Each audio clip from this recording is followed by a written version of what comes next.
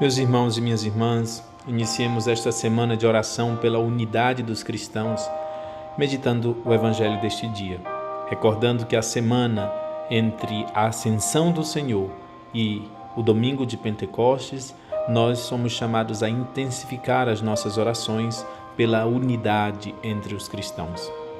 Hoje nós meditamos o Evangelho segundo São João, capítulo 16, versículos de 29 a 33.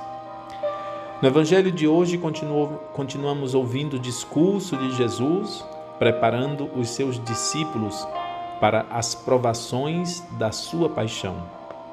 Os discípulos, diante das palavras de Jesus, respondem com um ato de fé. Cremos que viestes da parte de Deus. Diante da resposta de fé desses discípulos, Jesus nos transmite o ensinamento do Evangelho de hoje.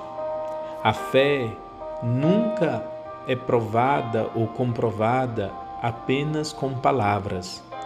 Não é suficiente dizer cremos, é necessário viver a fé. É o ensinamento deste Evangelho. Não somente crer por meio de palavras, mas crer com as nossas atitudes, com as nossas orações, com as nossas ações, com a nossa vida diária. Como devemos crer e viver a fé? Jesus prossegue. Eis que vem a hora em que ficareis só. Jesus fala exatamente das dificuldades, fala exatamente das tribulações que devem ser enfrentadas pelos seus discípulos. No mundo tereis tribulações, no mundo tereis provações. Jesus não quer com isso, meus irmãos e minhas irmãs, meter medo nos seus discípulos. Não quer isso nos deixar temerosos. Não, é exatamente o contrário. E Ele próprio nos diz, digo-vos para que tenhais paz, coragem, eu venci o mundo. O ensinamento do Evangelho de hoje, meus irmãos e minhas irmãs, é que a nossa fé, mais do que professada com os lábios, deve ser vivida concretamente, deve ser assumida no nosso dia a dia. Que nós possamos acolher o convite que o Senhor nos faz nesse Evangelho, que nós possamos assumir, vivenciar, viver a cada dia a fé que nós professamos. Acolhamos as 3 sementes. Primeira semente, versículo 33. Medite este versículo. Disse-vos estas coisas para que tenhais paz em mim. No mundo tereis tribulações, mas tende coragem. Eu venci o mundo. A palavra, o dom que nós vamos rezar e interceder e pedir e suplicar neste dia, segunda semente, é coragem. Dai-nos, Senhor, a coragem de assumir a vivência da nossa fé.